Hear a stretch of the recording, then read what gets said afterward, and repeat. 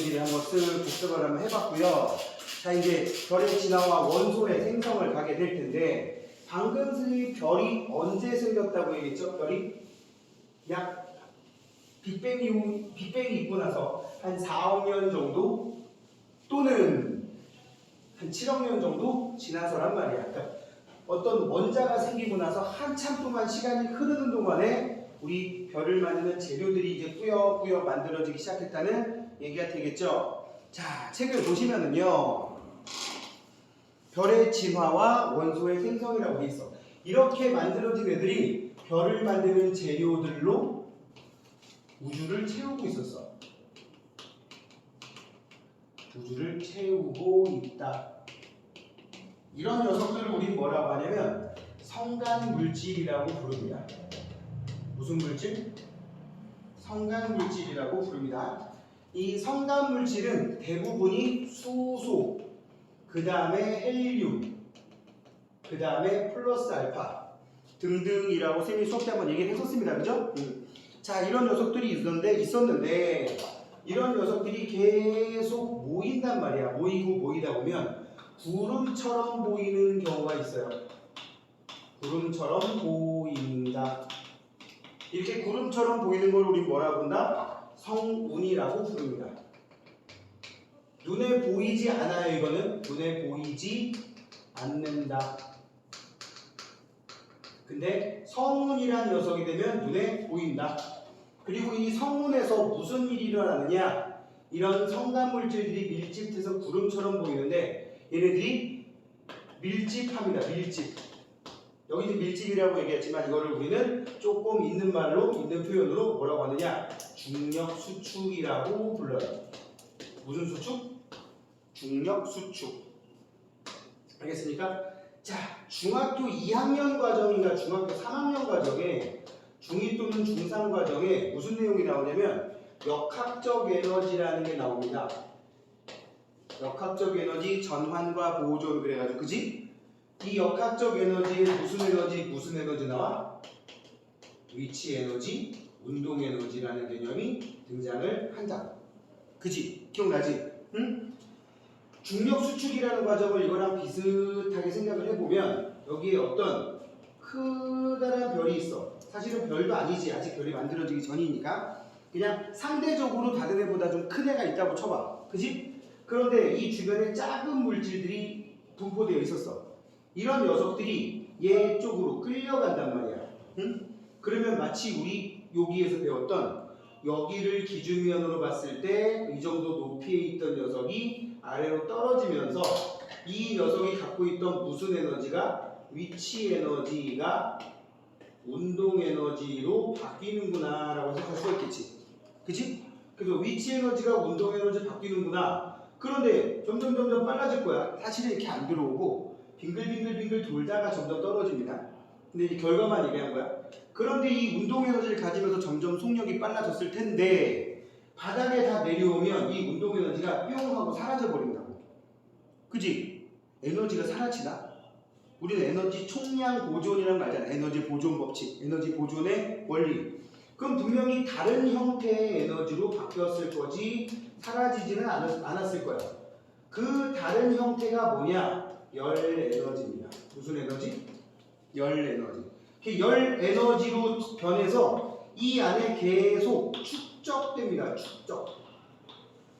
그렇게 되면서 어떻게 되느냐? 온도가 올라가요. 열 에너지가 축적되면 온도가 올라가겠지. 그지? 자, 쌤 빗금친 곳에 제일 많은 게 뭐야? 수소. 그 다음으로 많은 게 헬륨. 그러니까 제일 흔한 게 수소인데 이 녀석들의 이 별 안쪽, 그러니까 이제 별이라는 녀석의 형태를 띠게 되면 그 별 안쪽에 온도가 계속 올라가게 되는 거예요. 뭐가 올라간다고? 온도가.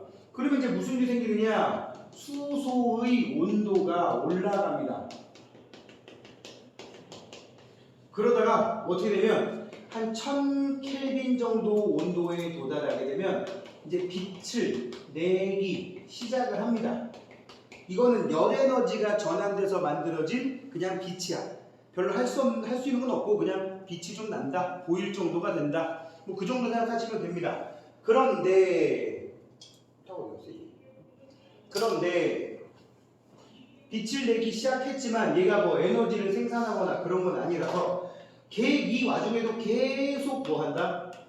중력 수축을 합니다. 계속 중력 수축을 하면 내부의 온도는 계속 어떻게 돼? 계속 상승하는 거야. 내부 온도는 계속 상승하는 거야. 그러다가 어디까지 도달을 해버리느냐? 그러다가 중심의 온도가 어디까지 가냐? 이번에는 1000만 켈빈 이상에 도달하게 되면 이 별 내부에서 무슨 짓을 하게 되느냐? 4개의 수소 원자를 가지고 1개의 헬륨을 만들면서 약간의 질량결손이 발생하고 그 질량결손이 에너지로 바뀌는 얘를 우리는 수소 핵 융합 반응을 한다라고 얘기합니다. 태양의 또는 별의 중심 핵에서 이러한 단계에 들어가 있는 별들을 우리는 뭐라고 부른다? 메인 시퀀스. 시퀀스. QUENS. 주계열성이라고 여기 책에도 써 있어요. 주계열성. 별의 진화 단계 중에서 가장 많은 구간을 차지하는 그 시기, 이걸 주계열성이라고 부릅니다. 지금 말한 게 24쪽 밑에 있고요. 그지? 자, 24쪽 밑에 한번 볼게요. 거기 보면 가스구름 형성부터 성운 형성, 그 다음에 원시별, 여기 그냥 빛을 내기 시작한다. 이때를 우리 원시별이라고 보통 부르고요. 원시별은 일단 별 취급은 안 합니다. 그러다가 계속 중력 수축해서 내부 온도가 올라가면 뭘 하게 된다고? 수소핵 융합 반응을 하게 된다고요. 이때부터 우리는 이제 비로소 별이라는 용어를 쓰고 주계열성이라는 말을 쓴단 말이에요. 무슨 성? 주계열성. 그럼 거기 보면 그림에 일생의 대부분을 주계열성으로 보낸다라고 써 있어요. 예를 들면 태양 같은 경우 계산상 수명이 한 100억 년 정도 되거든. 계산상 수명이 한 100억 년 정도 되는데 이 100억 년 중에서 얼마 중에서? 100억 년 중에서 한 90억 년 정도를 뭘로 보내느냐? 90억 년 정도를 지금 주계열성으로 보낸단 말이에요. 주계열성으로 보낸다. 그럼 주계열성일 때는 어떤 상태라고 해석할 수 있냐면 이제 뭐 태양 같은 경우 별의 내부를 보통 이제 한 3개의 구역으로 구분하는데 태양의 핵, 그 다음에 복사층, 그 다음 대류층 이렇게 구분하는데 태양의 중심 핵에서 이런 일이 일어나는 거고요. 이 중심 핵의 온도가 태양 같은 경우는 약 1500만 켈빈 정도 유지하고 있습니다. 그러다 보니까 수소의 융합 반응을 할 수 있는 1000만 켈빈을 넘어가고 있으니까 이런 일이 일어나고 있는데, 자, 여기에서 이렇게 에너지를 생산하는 단계가 되는 거고, 그럼 에너지를 생산하면 바깥쪽으로 압력이 나타나지 않겠어? 아니, 뜨겁잖아. 결핵을 생산하잖아. 하지만 바깥쪽에 있는 물질을 안쪽으로 끌어당기는 이걸 중력이라고 불러. 요거를 내부 압력이라고 부르고, 파란색 화살표를 중력이라고 부르는데, 중력. 이 중력과 내부 압력이 어떤 상태야 지금? 평형을 이루고 있는 상태입니다. 그래서 태양 같은 경우 이런 주계열성 상태에 들어가게 되면 더 이상 별이 커지지도 않고 쭈그러들지도 않는 상태를 유지하고 있습니다. 거기 그림에 보면 써 있어요. 24쪽 밑에 오른쪽 그림에 보면 파란색 화살표랑 노란색 화살표 거기 그려져 있죠. 그지? 이 두 개가 평형을 이루고 있는 상태가 지금 주계열성 단계다라고 생각하시면 되겠습니다. 됐죠? 자, 그렇게 해서 만들어졌어. 그런데 아무리 별이 크기가 더 크더라도 시간이 지나면 저 수소 언젠간 다 쓸 거 아니야. 그지? 언젠간 다 쓸 거 아니야. 영원한 건 없잖아. 100억 년이라는 시간이 길긴 길지만 저거 다 쓰는 시기가 분명히 온단 말이지? 그럼 다 쓰면 어떻게 될 것 같아? 수소의 융합 반응을 못 합니다. 그죠? 수소의 융합 반응을 해줘야 바깥쪽으로 작용하는 힘이 나타날 텐데, 그래가지고 중력을 상쇄시킬 텐데, 중력이 상쇄가 안 되고 바깥쪽으로 작용하는 힘만 나타나는 상황이 발생한다고. 그러면 어떻게 되느냐? 별이 9% 올라요. 그러면 중심 핵에서는 아무것도 안 하느냐? 중심에 이제 뭐만 남아있겠어? 별의 중심에 뭐만 남아있냐면 별의 중심에는 이제 여기서 중심은 아마 핵이야. 핵 여기 여기에는 뭐만 남아있냐? 헬륨만 남아있습니다. 헬륨만 남아있는 상태가 돼요. 그지? 그러면 아무것도 못하는 게 아니라 얘가 이제 뭘 하게 되냐면 얘가 헬륨의 온도를 높입니다.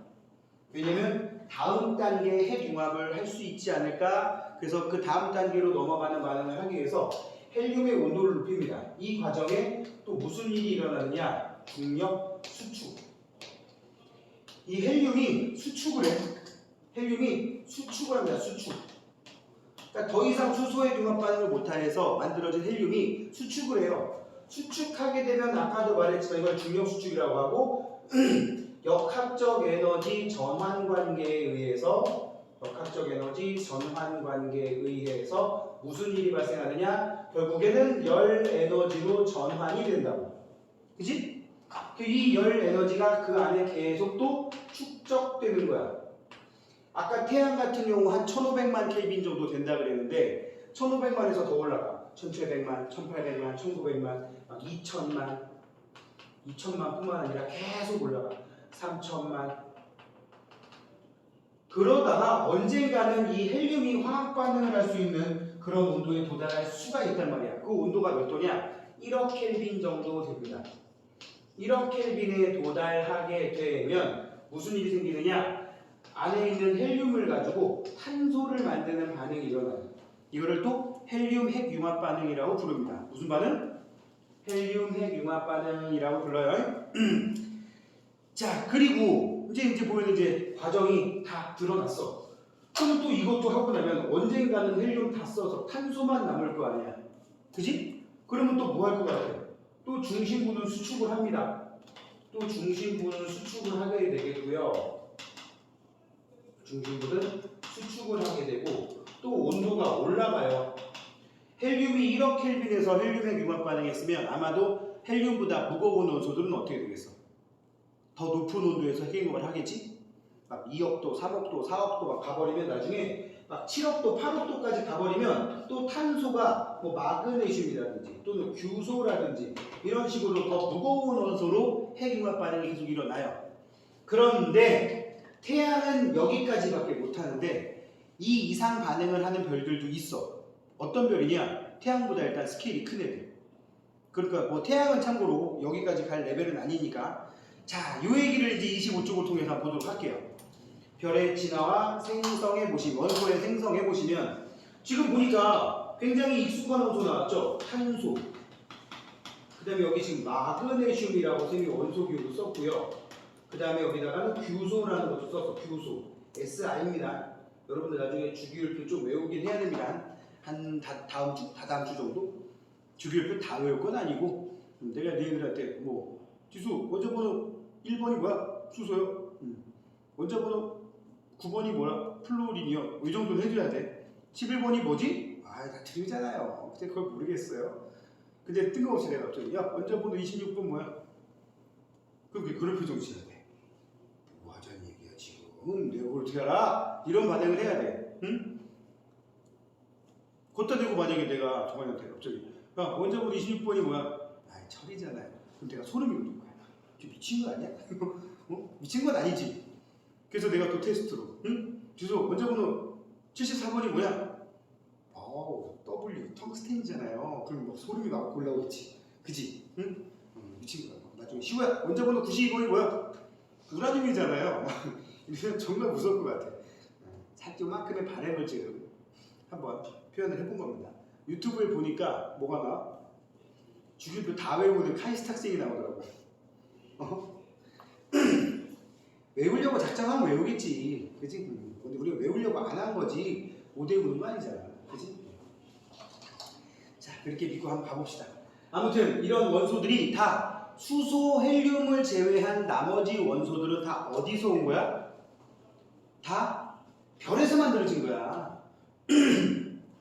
예를 들어서 우리 몸속에 단백질을 구성하는 성분, 지방을 구성하는 성분, 또는 뭐 있냐? 단백질, 지방, 탄수화물 이런 거 구성하는 성분에 탄소 들어있거든? 이 탄소 다 우주에 있는 모든 탄소는 별에서 만들어진 거야.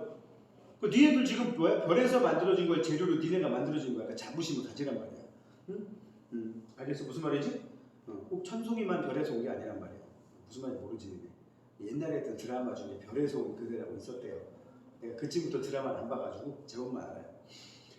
그러니까 우리도 다 별에서 온 거란 말이야. 응? 우리의 피 속에 들어있는 철 성분도 태양보다 질량이 굉장히 큰 별에서 온 거고, 이런 것들 알고 있으면 조금 뭔가 자긍심을 가질 수 있겠죠. 쓸데없는 거긴 하지만. 자, 아무튼 25페이지 위에 보면 별은 질량에 따라 다르게 진화한다라고 써 있습니다. 별의 진화. 일단 간단하게만 얘기를 해보면 처음에 원시별이었단 말이야. 원시별이었던 녀석이 점점 나중에 진짜 진정한 별이 되는 거야. 그게 뭐야? 주계열성.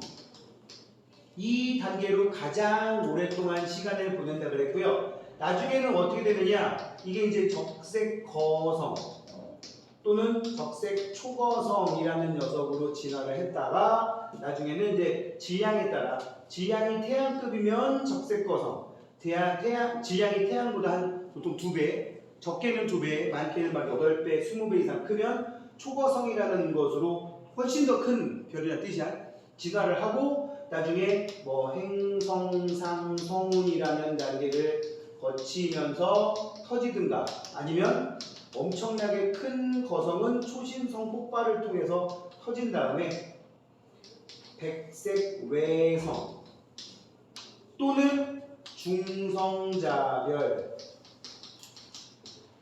더 질량이 크면 블랙홀까지 진화를 하게 된다 라는 얘기가 이제 별의 진화인데, 이 과정에서 주계열성일 때 수소를 헬륨으로 바꾼다라는 걸 하고 그 이상 무거운 원소들은 여기 또는 요 단계에서 만들어진다는 것을 지금 얘기를 하고 있습니다. 볼게요.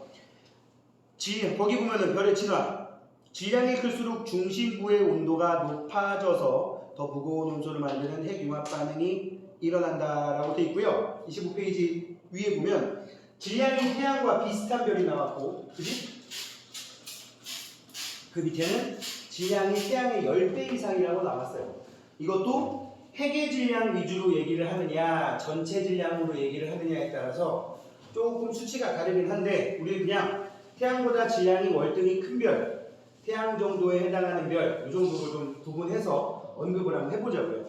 자, 아무튼 질량이 태양과 비슷하다 그러면 이 정도 가는 거야. 질량이 태양과 비슷하다. 잘 봐. 원시별이 주계열성 됐다가 적색거성, 행성상성은 백색외성이 됩니다.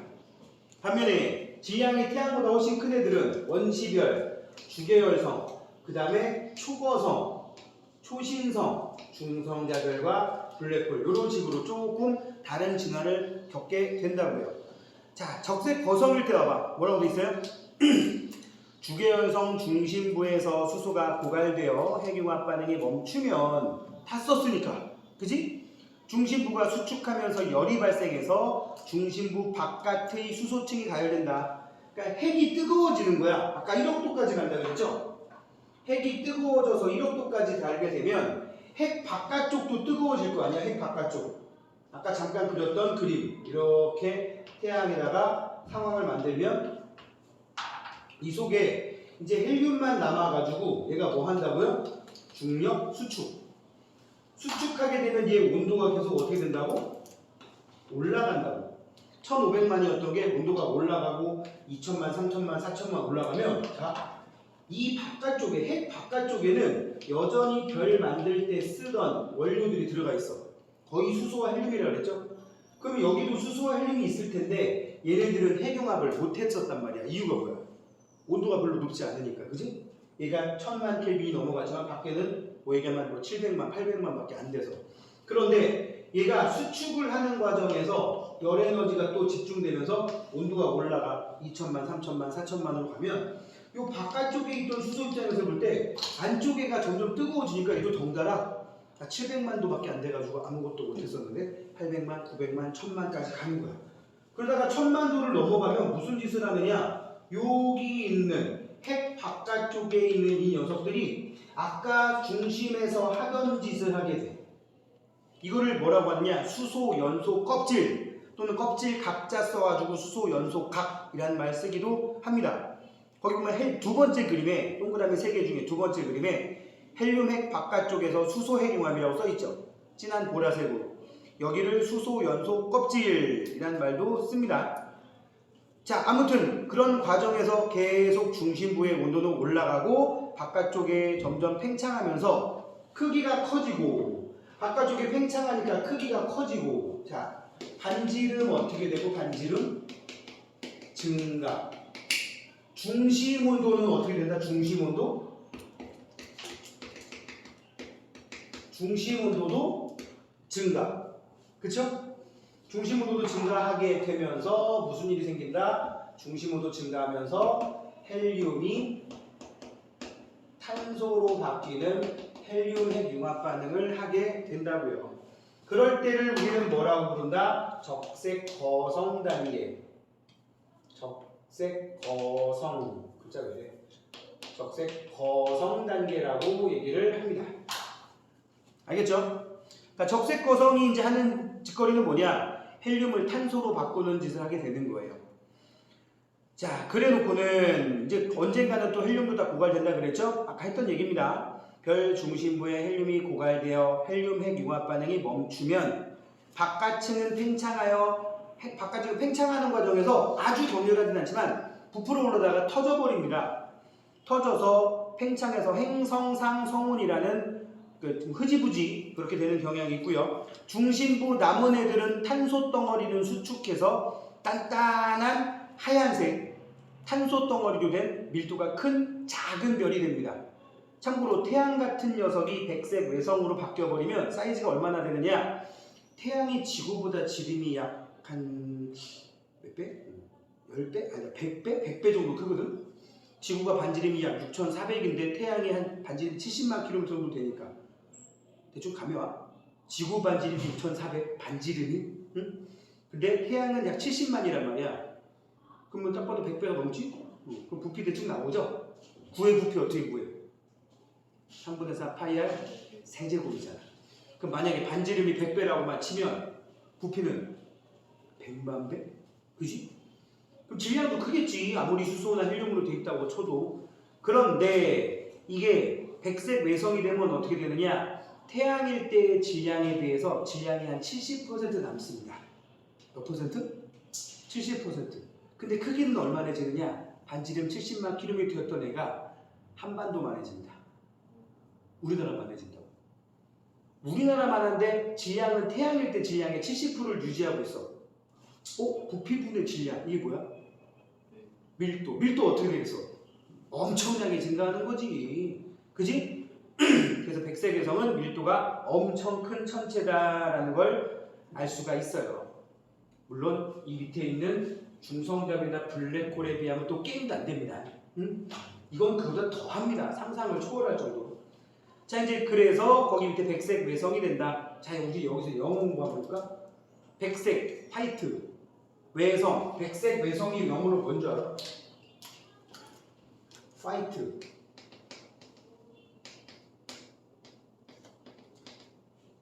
뭐야? 드와프, 난장이라는 뜻이야. 외소한 별. 그래서 이건 웃기는 소리인데 쌤이 고3들이랑 수업하다가 진짜 당연히 알겠거니 싶어가지고 야, 백설공주와 일곱난장이가 영어를 뭐야? 했더니 애들이 진짜 우리나라 애들이 영어를 그렇게 공부하나 봐. 화이트 프린세스 앤드 세븐 스몰 피플스 뭐 이런 거 돼있어. 그래가지고 기가 막혀가지고 니네 어렸을 때 막 영어 같은 거 막 공부하고 영어로 된 동화 읽고 막 그러던 세대 아니냐 했더니 맞긴 맞대. 모순이잖아. 응? 백설공주가 스노우 화이트잖아, 그지? 스노우 화이트 앤 세븐 드와프라고 써있다고. 드와프가 외성, 난장이 뭐 그런 뜻입니다. 그 정도는 알고 계시고요. 참고로 거성은 자이언트예요, 자이언트. 크니까. 그럼 적색 거성 그럼 뭐라고 그러겠어? 뭐 레드 자이언트 정도 되겠지 뭐, 그지? 자, 그 다음에는 이제 여기 이제 뭐가 나오냐? 초거성이 나옵니다. 그림을 보면 거기 보면은 중간에 산소, 규소, 황, 철까지 들어있는 그런 그림이 그려져 있는데 지우? 네. 너 혹시 뭐 유체 이탈했어? 표정이 혹시 뭐 주식이 떨어져서 손해봤어? 아니. 세상 다 이런 표정 짓고 있어. 꼭 늙지 여기서 내가 조심스럽게 쳐다봤던 게 혹시 여자친구가 깨졌나? 있어야 깨질 거 아니야. 딱 표정이 그거였어. 망연자실. 기운 좀 내. 네. 자, 아무튼 질량이 태양의 10배 이상인 애들은 더 중심부의 모양이 복잡하게 돼 있습니다. 그죠? 이게 뭐냐면 탄소까지 생기고 끝난 게 아니라 얘는 탄소가 생기고도 또 수축해서 탄소보다 무거운 원소를 만들고 또 그러면 온도가 더 높아져야겠지? 또 그러다가 또 뭔가 다 떨어지면 그 다음 단계를 계속 더한 거야. 그런 과정을 해가지고 더 많은 핵융합 반응을 하게 되면 좀 전에 했던 것들을 계속 반복하는 거지. 온도를 높이고 또 핵융합하고 멈추면은 다시 수축해서 온도를 높이고 그 다음 단계 핵융합을 하고 이런 거를 계속 하게 되면 중심부에 최대 어디까지 가느냐? 철까지 만들어집니다. 지금 그러면서 뜨거워지면 원래 하던 거는 바깥쪽에서 또 그거 바깥쪽에서 그 전에 하던 거 계속 밀려나가서 여기도 보면은 헬륨이 만들어지는 과정이 끝에서 두 번째 라인에 또 있습니다. 그죠? 그렇게 해서 만들어진 거. 자, 아무튼 내용 읽어보면 주계열성 이후에 별이 매우 팽창하여 초거성이 된다. 엄청 크다는 얘기가 되겠죠? 그리고 초거성 중심부는 온도가 계속 단계적으로긴 하겠지만 계속 높아져서 헬륨, 탄소, 산소, 규소 핵융합 반응이 이루어지면 헬륨이 원자번호 2번, 탄소가 6번, 산소가 8번, 규소가 14번 이렇게 된단 말이야. 그렇게 되면서 철까지 거기 별표해봐. 철까지. 별의 내부에서 만들어지는 원소 중에 가장 안정한 원소를 철이라고 합니다. 거기 보면 철까지만 생기는 까닭 써있죠? 그럼 철보다 무거운 원소들이 있잖아. 아까 선생님이 수업 때 쓱 지나가면서 얘기했던 뭐 텅스텐, 뭐 니켈, 또 우라늄. 참고로 우라늄이 92번인데 철이 26번이거든. 그럼 27번, 28번부터 해서 92번까지도 있을 거 아니야. 92번까지가 자연에서 만들어지는 원소들이거든. 93번부터는 인간이 합성한 원소라고 알고 계시면 되겠어요. 실제로 110 몇 번까지 있는데 인간이 실험실에서 만든 거야. 그게 만들어지려면 우주의 나이가 앞으로 몇십억 살 더 먹어야지 우주에서 만들어질 수 있지 않을까 수준밖에 안 된다고.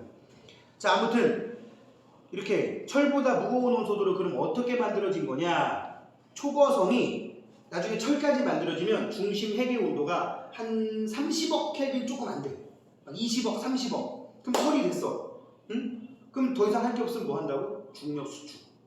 중력 수축을 하게 되면 어떻게 돼? 온도가 올라가.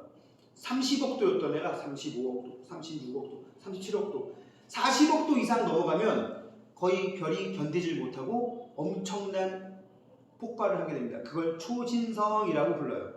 그럼 순간적으로 굉장히 고온고압, 별의 내부에서 만들 수 없는 순간적인 고온고압 조건이 만들어진다고. 순간적이긴 하지만 그러면서 철보다 무거운 원소가 소량 합성이 되는 상황이 발생하는 거야. 그러다 보니까는 철보다 무거운 원소들은 우주에 그렇게 흔하지는 않습니다. 참고로 철은 되게 흔한 거 알아? 철 흔하니까 기원 전부터 쓰고 다닌 거 아니야. 막 칼 만들고 그지? 구리도 철보다 흔하지 않은데 구리를 먼저 쓴 건 알죠? 청동기 시대. 청동기가 먼저야, 철기가 먼저야? 청동기가 먼저야. 그지? 청동기 할 때 동이 뭐야? 구리 동자야? 응? 동전 할 때 동자가 무슨 동자야? 동그래서 동자야? 내 영국 거 봤는데 팔각형 봤어. 팔각형. 걔는 안 동그랗잖아. 뭐 그것도 넓게 보면 동그랗긴 하지만 구리 동자입니다. 이제 100원짜리 만드는 거는 주로 백동이라고 하는 이제 합금 만든 거야. 구리에다가.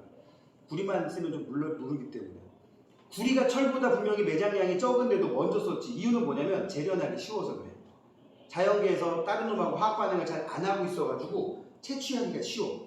근데 철은 다른 놈하고 화학 반응을 너무 잘해가지고 불순물 제거하는 게 기술이야. 그 기술이 생기기 기원 전후란 말이지. 갑자기 세계사로 가냐? 중국 한나라 때. 물론 저쪽 아시리아 뭐 그쪽에서 먼저 했다고 하는데 내 기억에 의하면. 처음 들어보는 말이야. 지금의 터키 뭐 그쪽에 있는 그 시리아 그쪽에서 철 재련을 거의 최초로 개발했대요. 그게 이제 이렇게 와가지고 중국 한나라에서 이제 우리나라 고구려로 점점 넘어온 거겠지. 니네 통합과학에 원래 그런 개념들이 막 들어가. 문제에 진짜 그런 게 응용으로 나오더라고. 응? 그건 이제 뒤쪽에 나온 내용이긴 하지만 아무튼 철보다 무거운 원소들은 좀 적단 말이야. 응? 우주에서도. 이때 엄청난 양의 에너지가 발생하여 철보다 무거운 원소가 만들어진다. 자, 그 다음에 중성자별과 블랙홀은 여기도 초신성 폭발하고 남은 애들은 어떻게 되느냐. 초신성 폭발을 하고 남은 애들은 이 폭발 과정에서 우주로 뿜어져 나가는 거고요. 그지? 그래서 여러분들 만들면 재료로 쓰인단 말이야. 그리고 남은 성분이 있을 거야. 남은 성분. 엄청난 폭발이기 때문에 중성자를 제외하면 없어. 중성자만 남으면 얘기야. 중성자. 그래서 중성자로만 된 별이 만들어지게 되고요. 그거를 우리 뭐라고 한다? 중성자별 또는 중성자성. 별성자 써가지고 중성자성이라고 얘기합니다. 중성자성보다는 중성자별이라고 더 많이 써요. 선생님 학교 다닐 때는 중성자성이라고 불렀지. 중성자별. 아까 백색 외성의 밀도가 굉장히 크다 그랬는데 얘는 백색 외성보다도 훨씬 밀도가 큽니다. 엄청나게 큽니다. 얼마나 작냐? 참고로 중성자별까지 진화하는 별들은 태양보다 질량이 기본적으로 한 2배 이상? 막 4배, 5배. 아까 태양도 질량 엄청나다고 그랬잖아. 질량이 그거에 막 3배, 4배, 많게는 10배까지 가는 별들이 중성자별이나 블랙홀로 진화하는데 중성자별이 될 때도 아까 그 커다란 태양보다 질량이 큰 별일 때 그 질량의 70% 정도 유지하고 있어. 결론은 태양보다 한 3, 4배 정도 질량이 더 큰 상태란 얘기지 얘도. 태양의 최종 단계인 백색 외성일 때보다도 중성자별이 또 기본적으로 3, 4배의 질량 크다는 얘기 알 수 있겠지. 크기는 어떻게 되냐? 더 작아집니다. 태양보다 반지름이 기본적으로 10배, 100배 정도 컸던 별들이 태양보다 10배, 100배, 태양의 반지름이 70만, 그럼 10배면 700만, 100배면 7천만, 7천만. 그럼 이 정도면 이 안에 지구가 몇 개 들어갈 수 있어? 10,000개 들어갈 수 있는 사이즈야. 그 정도였던 녀석이 서울시만해집니다. 지금 한 30km, 40km 수준으로 바뀌어버린다. 그러니까 밀도 엄청나게 커져버리겠지? 그지? 그러니까 백색에서 끼지도 못하는 거야. 그래서 얘는 그나마 여기까지 그래도 계산은 돼. 근데 얘보다 더 질량이 컸던 애가 더 작아져 버리면 밀도가 계산이 안 돼. 이게 블랙홀이야. 그래서 워낙 중력이 강하다 보니까 밀도가 커서 중력이 강하다 보니까 빛도 빠져나오지 못하고 어쩌고저쩌고 그런 말 나오잖아요. 그죠? 그래서 검게 보인다. 밑에 써 있습니다. 초신성으로 폭발하고 남은 중심부는 밀도가 큰 중성자별이 되고 남은 중심부에는 질량이 매우 클 경우에 빛조차도 탈출하지 못하는 블랙홀이 된다 라고 되어 있죠? 자, 오른쪽 위에 보면은 원소의 방출과 새로운 별의 생성에 행성상 성운과 그 다음에 이제 그 초신성 잔해가 남아있는데 제일 유명한 그림이라고 보시면 돼요. 이게 헬릭스 성운 이게 고양이 눈 성운으로 좀 유명하고 그 다음에 개 성운은 뭐냐면 이거 딱 봤을 때 개처럼 보여? 크랩 전혀 이렇게 안 보이지? 이게 왜 개성운이냐면 그 개가 뿜어내는 거품이지 뿌글 그것처럼 생겼다고 해서 개성운이라고 합니다. 처음 이런 붙인 사람이 그냥 이미지 딱 떠올리면 갖다 붙이는 거야. 자, 지금 별의 일생에 대한 얘기까지 한번 언급을 해봤어요. 이렇게 해서 별들이 우주로 물질을 다시 뿜어내면 그 물질들이 뭐가 되는 거야?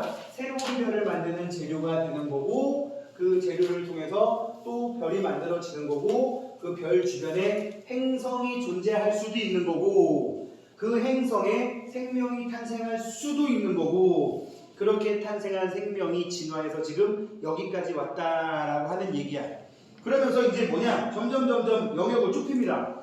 우리 빅뱅 얘기했었고 그리고 별의 탄생 얘기했었고 별의 수명, 별의 진화 과정 얘기했잖아. 그지? 그 별 중에 누구? 태양. 그 태양이 이끌고 있는 그 영역, 태양계라고 부르죠. 이 태양이 이끌고 있는 그 영역을 태양계, 솔라 시스템이라고 부르는데, 솔라 시스템즈라고 부르는데 태양계 안에 우리 다른 행성들 다 다루는 거는 중학교 때 했습니다, 그죠? 그래서 우리 지금 뭐 할 거다? 솔라 시스템 안에 들어있는 지구에서 여기 지금 보면은 생명체가 탄생하는 과정까지 얘기합니다. 그래서 처음에 태양계부터 나옵니다. 태양계부터 26페이지에 태양계는 초신성 폭발로 만들어진 거대한 성운에서, 그러니까 태양이 만들어지는 과정이야. 태양 초신성 폭발의 잔해, 여기에서 태양이 만들어졌다는 얘기는 막말로 별 시체를 끌어 모아서 태양이 만들어졌다는 얘기죠. 참고로 우주에는 나이가 굉장히 많은 100억 살 이상 된 별들도 있고요.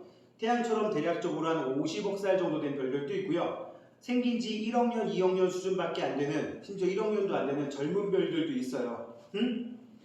자, 그런 별들 중에서 100억 살이 넘게 만들어진, 거의 뭐 최초로 만들어진 별하고 나이 차이가 별로 안 나는 그런 별들을 1세대 별이라고 하고, 이것들이 진화를 거쳐서 터지고 나면 그 찌꺼기가 모여서 된 애들을 2세대 별이라고 하고, 또 그게 또 진화를 거쳐서 터지면 그걸 또 모아서 만들어진 별들은 3세대 별이라고 하는데, 학자들에 따라 의견이 다르긴 하지만 태양은 무조건 1세대 별은 아닙니다.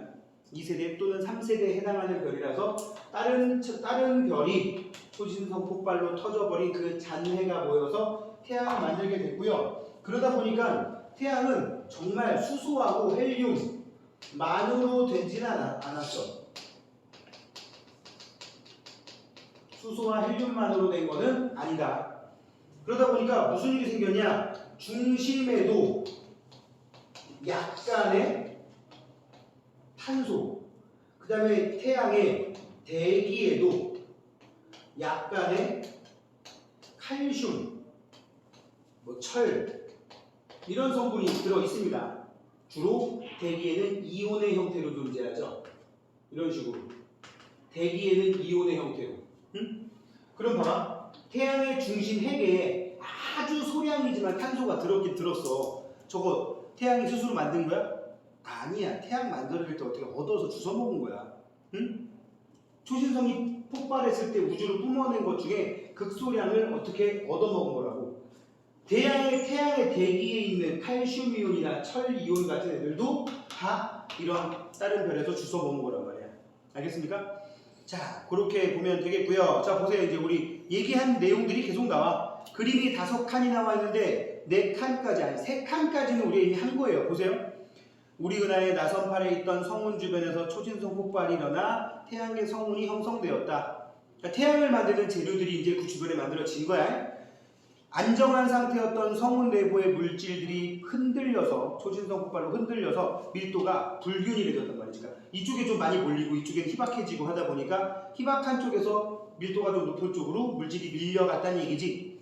중력 수축이 일어날 수 있는 좋은 조건이 만들어지게 된 거예요. 근데 이제 아까도 말했지만 그냥 끌어당기는 게 아니라 사실은 빙글빙글 돌면서 온다 그랬어.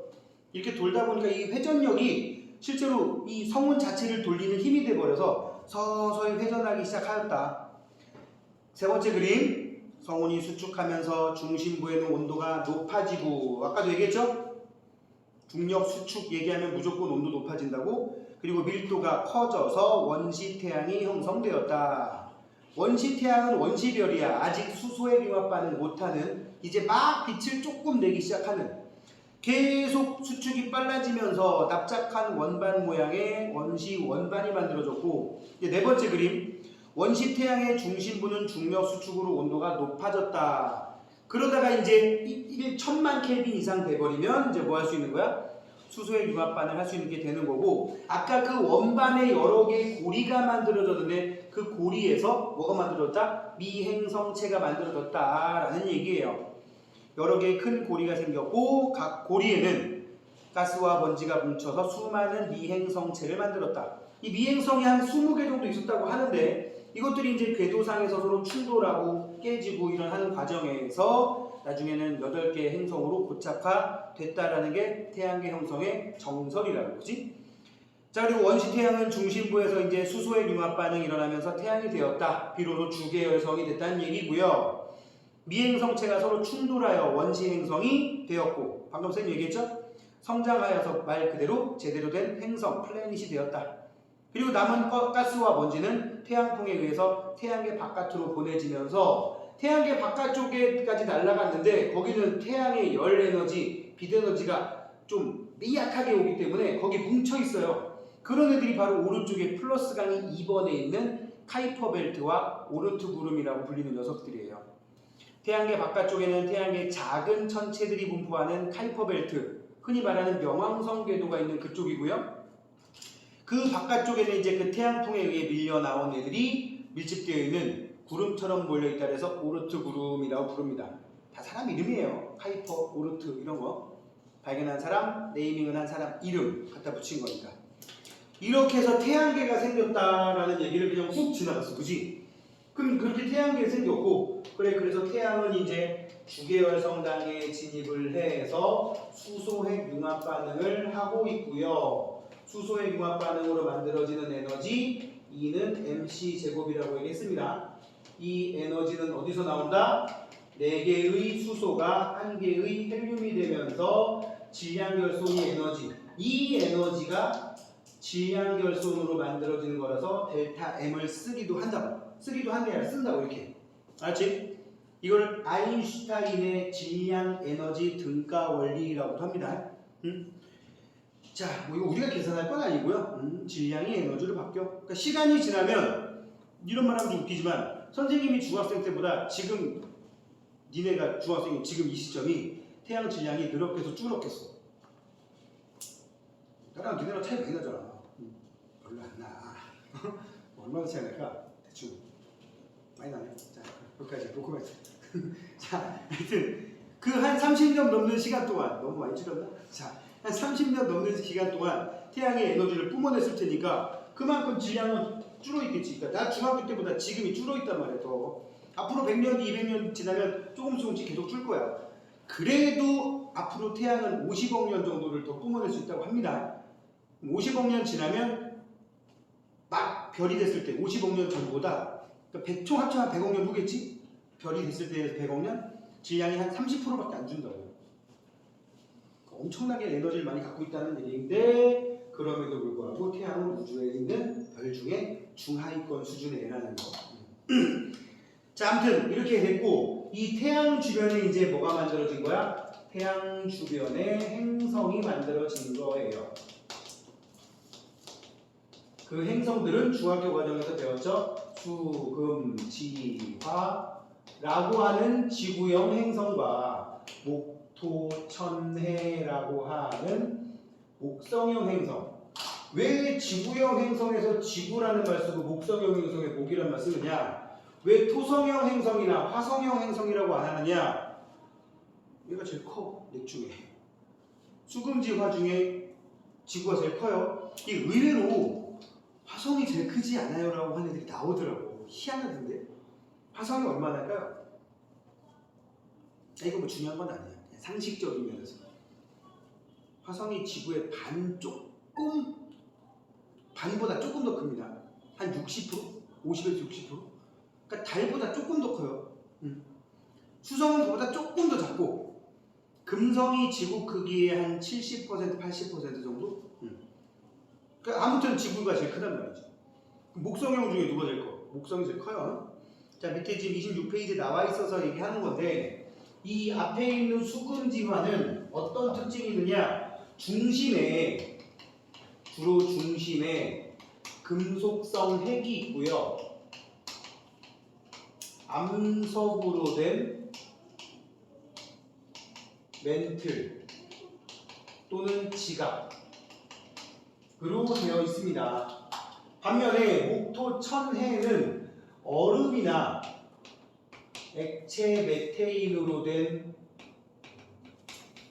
핵, 그 다음에 수소와 헬륨으로 된 외곽. 그러다 보니까 이쪽 얘들은 밀도가 큽니까 작습니까? 이쪽은 밀도가 큽니다. 참고로 지구를 기준으로 놓게 되면 지구가 밀도가 약 5.52 정도 되거든. 지구가 5.52g per 세제곱센티미터 정도 됩니다. 반면에 얘네들은 밀도가 굉장히 작습니다. 한 1에서 한 1.5 사이. 참고로 토성은 이거 중학교 때 배웠을 텐데 토성 밀도가 0.7인가밖에 안 됩니다. 토성은 밀도가 0.7밖에 안 돼요. 그래서 우스갯소리로 토성을 담을 수 있는 녹조가 있으면 물에 동동 뜬다. 대부분 1에서 한 1.5 사이 정도 됩니다. 자, 그래서 왼쪽에 있는 애들을 지구형 행성, 오른쪽을 목성형 행성이라고 하는데 주로 태양에 가까운 애들이 지구형 행성. 태양에 가까운 애들이 지구형 행성. 왜? 태양의 중력이 크다 보니까 밀도가 큰 이런 성분들이 가깝게 붙은 거야. 가벼운 애들은 멀리까지 날아가 버린 거지. 그렇게 해석하시면 되겠고요. 지구형 행성, 온도가 높은 곳에서 생겨 있다. 그 다음에 메테인, 수소 같은 가벼운 물질들은 대부분 증발하고 없고요. 철, 니켈, 규소와 같이 녹론점이 높고 그 다음에 무거운 물질이 응축돼서 미행성체가 형성되었다. 주로 암석으로 되어 있고 평균 밀도 크다라고 써 있습니다. 반면에 목성형은 뭐라고 되어 있어요? 태양으로부터의 거리가 멀어서 온도가 낮은 영역이다 보니까 얼음도 존재하고 메테인이 메탄이야. 메탄. 여러분들 집에 도시가스 틀면 나오는 근데 뭐 그 가스 냄새 맡을 일은 없죠. 생은 안 좋은 거니까. 자, 하여튼 그런 건데 그게 액체가 될 정도면 되게 저온이 돼야 된다고. 내가 알기로 메테인이 끓는 점이 영하 20년 동안 되게 생각보다 되게 안 높습니다. 안 낮습니다. 그래서 니네가 실제로 집에서 나오는 그 가스 액체를 만들 수 있어. 가스를 모아가지고 어디 플라스크에 넣은 다음에 냉동실에 넣으면 이렇게 물 생긴다. 속에 플라스크 안에. 아, 이건 부탄이다. 부탄이 그렇고 메테인은 좀 되겠다. 냉동실에서는 안 되겠다. 부탄가스는 됩니다. 부탄가스 뭐 청소년이 이거 사용 안 되죠. 못 팔게 되잖아. 그지? 옛날에 가스를 흡입하던 애들이 있어가지고 왜 처먹는지 모르겠지만 하여튼 부탄이 내가 알기로 끓는 점이 영하 5도 수준밖에 안 돼가지고 부탄가스 플라스크에 넣어가지고 냉동실에 넣으면 밑에 액체 생겨요. 자, 아무튼 그런 애들 되어 있고 바깥쪽은 수소나 헬륨 같은 가스로 되어 있어서 주로 기체 행성이라고 얘기합니다. 평균 밀도 작다라고 되어 있죠? 자, 우리는 지금 다른 행성에 별로 관심이 없어요. 우린 지구인이니까. 그래서 27페이지 보면 이제 지구의 형성이 나옵니다. 지구는 태양과 가까운 곳에 그쪽에서 형성돼서 암석 성분의 행성인데 그 암석 행성이고요. 그 행성을 이루는 또 물질을 재료로 해서 생명체가 탄생했다라고 얘기하고 있고 이제 지구 탄생에 대한 스토리야. 이제 지구 탄생. 그래, 태양에서 약 1억 5천만 킬로미터 정도 떨어진 곳에 반지름 한 6,400km짜리 단단한 암석 행성이 생겼는데 그 사이즈까지 어떻게 갔느냐? 거기 원시지구 형성에 뭐라고 나왔어? 태양계 성운에서 원시 행성이 형성되는 과정에서 한 20여 개의 원시 행성이 생겼다고 아까 얼핏 얘기했죠? 그 중에 지구도 생겼고 그 주변에 있던 미행성체들이 몇 개 충돌해서 현재 지구와 크기만큼으로 점점점 질량도 늘었다는 얘기예요. 응? 그러니까 와서 그냥 일종의 덕지덕지 붙인 거지 뭐. 자, 거기 미행성체 충돌. 그러다 보니까 그 뜨거운 열기에 의해서 온도가 상승했고요. 지구 전체가 녹아서 마그마의 바다를 형성하였다. 그러니까 표면이 그냥 용광로였다는 얘기죠. 중력에 의해 모여있는 용광로. 그랬는데 자, 이제 이 용광로 잘 봐. 우주를 구성하는 이런 암석들 성분 중에는 암석에 금속도 많이 섞여 있단 말이야. 그래서 암석이라고 하는 것들이 지구 표면에 막 충돌해서 마그마의 바다를 만들었지만 이 마그마라는 성분 중에는 금속 성분도 있고 돌 성분도 있었단 말이지. 흔히 말하는 규산염 광물이라고 얘기합니다. 들어보잖아. 규산염 성분이 돌 성분인 거고 주로. 그 다음에 금속성인 성분들이 있단 말이야. 근데 잘 봐. 금속하고 돌 중에 누가 밀도가 커요? 금속의 밀도가 크지. 이게 마그마의 바다였을 때 그 속에 들어있던 금속 성분과 암석 성분이 층을 이루게 되는 거야. 밀도가 큰 애들은 밑으로 가라앉을 것이고 돌 성분은 위로 떠올라. 그래서 가라앉은 애가 뭐가 됐고 핵이 됐고 떠오른 애가 멘틀이 됐다라고 하는 게 써 있는 겁니다. 자, 핵과 멘틀의 분리 왜 생겼어? 밀도 때문에. 마그마의 바다에서 쌤 말한 대로 철, 니켈 등의 무거운 물질은 지구 중심부로 가라앉아 핵을 형성하였고 그 다음에 규소, 산소 등의 규산염이라고 얘기했습니다. 그런 가벼운 물질은 떠올라서 멘트를 형성하게 되었다. 그러다가 이제 멘트의 가장 바깥쪽이 제일 많이 식어서 뭐가 됐어? 지각이 된 거지. 그지? 그리고 이제 미행성 충돌이 줄면서 지구 표면이 식어서 원시 지각이 형성되었고, 그 과정에서 이 뜨거운 마그마 속에 섞여 있던 여러 기체 성분들이 빠져나가서 지구의 대기에 머무르면 대기가 되는 거고, 그걸 이탈해버리면 뭐 대기권에 존재하지 않는 거야. 그러니까 수소나 헬륨 같은 성분도 없진 않았을 텐데 지구 대기에 거의 존재감이 없는 이유는 거의 다 날아가 버렸어. 얘네들 만들 때 쓰였겠지. 저쪽 가가지고. 그지? 근데 생각보다 수증기가 굉장히 많았다고 합니다. 하여튼 지금 식는 과정에서 밖으로 빠져나간 여러 기체 중에 수증기 성분도 꽤 많았는데, 이 대기 중에 수증기가 높은 곳까지 올라가서 응결해서 구름이 되고 비가 돼서 내리면서 식어버려서 만들어진 딱딱한 지구 표면에 비가 돼서 내리면서 낮은 곳에 고여. 그럼 뭐가 되겠어? 바다가 만들어지겠지. 그래서 원시 바다가 생겼다. 이건 진짜 이제 물로 된 바다인 거죠. 그리고 나서 세월이 흘러서 바다에서 최초의 생명체가 탄생했다라고 하는 게 우리 지구의 형성 과정이에요. 최초의 생명체는 대략 38억 년 전에 생겼다고 얘기하고요. 바다에서 우연히 만들어진 단세포 생물이라고 얘기를 하는데 뭐 확실히 모르겠고, 뭐 생명의 시작을 내가 알 수는 없잖아요. 그죠? 그래서 뭐 굉장히 썰이 많아요. 우연히 얻어 걸렸다. 응? 지구 바다에 있던 여러 가지 각종 에너지 때문에 막 번쩍번쩍 거리지, 뜨겁지, 이런 것 때문에 우연히 합성된 유기물이 있었다. 거기서부터 우리가 시작되었다라고 하는 게 화학 진화설이고요. 그냥 유기물을 구성하는 성분이 운석 같은 게 지구에 들어올 때 우연히 지구로 유입되었다라고 하는 설도 있어요. 어차피 뭐 확인 잘 안 됩니다, 이거. 근데 이제 외계 탐사를 하다가 뭐 운석 떨어지는 거에서 사실은 유기물 같은 것들이 가끔 검출되기도 하니까 그 사람들도 막 던지는 건 아니겠지. 아무튼 최초의 생명체가 이렇게 생겼고 이제 수십억 년 동안 진화를 거쳐서 지구와 같은 상황이 만들어졌다 라고 돼 있고, 지구 대기의 성분도 완전 원시지구랑 지금이랑 완전 다릅니다. 참고로 지금으로부터 한 45억 년, 6억 년 전 원시지구일 때는 대기 중에 수증기 많았습니다. 산소 없었습니다. 알겠습니까? 질소는 지금하고 비슷하게 있었지만, 여기 보면 알겠지만 이산화탄소 지금보다 한 3만 배 이상 많았습니다. 응? 그럼 거의 무슨 환경이냐면, 니네 중학교 과정에서 그 태양계 행성들 특징 배웠지. 금성 그러면 뭐 기압이 지구의 뭐 90배 이상이고 이산화탄소가 엄청 많고 이런 거 배웠을 텐데 비슷한 환경이었다고 지구. 그랬는데 바다가 만들어지면서 이산화탄소가 바닷물에 녹아서 대기 중에 농도가 확 줄어들고 온실 효과가 이제 굉장히 약해지면서 지금 정도의 기온성도 수준으로 낮아지게 된 거라고요. 결국 될 놈은 되는 거고 안 될 놈은 안 되는 거야. 금성은 아직 안 될 놈이라서 계속 그 상황인 거고 우리는 될 놈이라서 그렇게까지 된 거겠지. 그리고 이 생명체가 얼마 지나지 않아 광합성을 할 수 있는 상태의 세균, 남세균이라고 부르는데 사이아노박테리아라는 박테리아 이름으로 부르기도 합니다. 그게 만들어지면서 걔들이 광합성을 해요. 광합성을 하면서 이제 비로소 무슨 일이 생긴 거야? 이산화탄소 바닷물에 엄청 녹아버리는 바람에 바닷물 속에 이산화탄소가 천지야. 응? 그리고 햇빛 들어와, 얕은 곳에. 그래가지고 이거는 선생님 다큐에서 본 건데, 이 당시 이 선생님 좀 전에 얘기한 남세균이 엄청나게 번성했던 시기의 지구는 아주 깊은 바다를 제외하고 거의 대부분의 바다가 그냥 초록색으로 그림을 그려놨더라고. 응? 그러니까 걔네들이 엄청나게 광합성을 했다는 얘기지. 물속에는 산소가 풍부한 상태가 된 거야. 그러다가 물이 산소를 감당할 수 있는 상태를 넘어서 버리면 이제 이 산소가 어떻게 되는 거야? 대기 중으로 또 나가는 거지. 그게 약 25억 년 전. 그러면서 이제 좀 서사를 몇 개 하고 말을 여는 거야.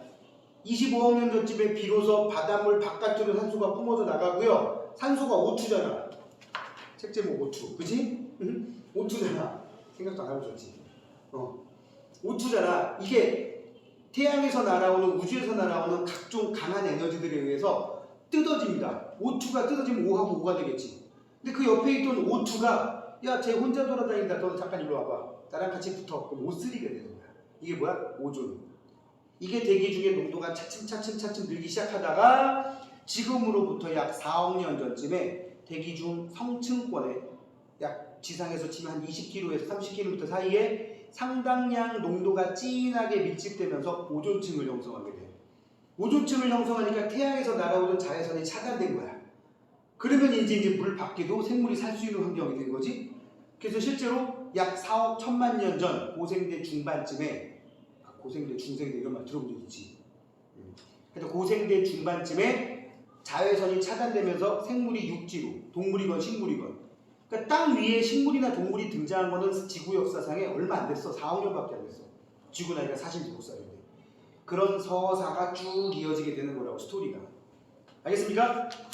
자, 잠깐 쉬었다가 뒤에 내신 탄탄 문제 몇 개만 해보고 원소들의 주기성으로 하도록 하겠습니다. 일단 여기서 끊고.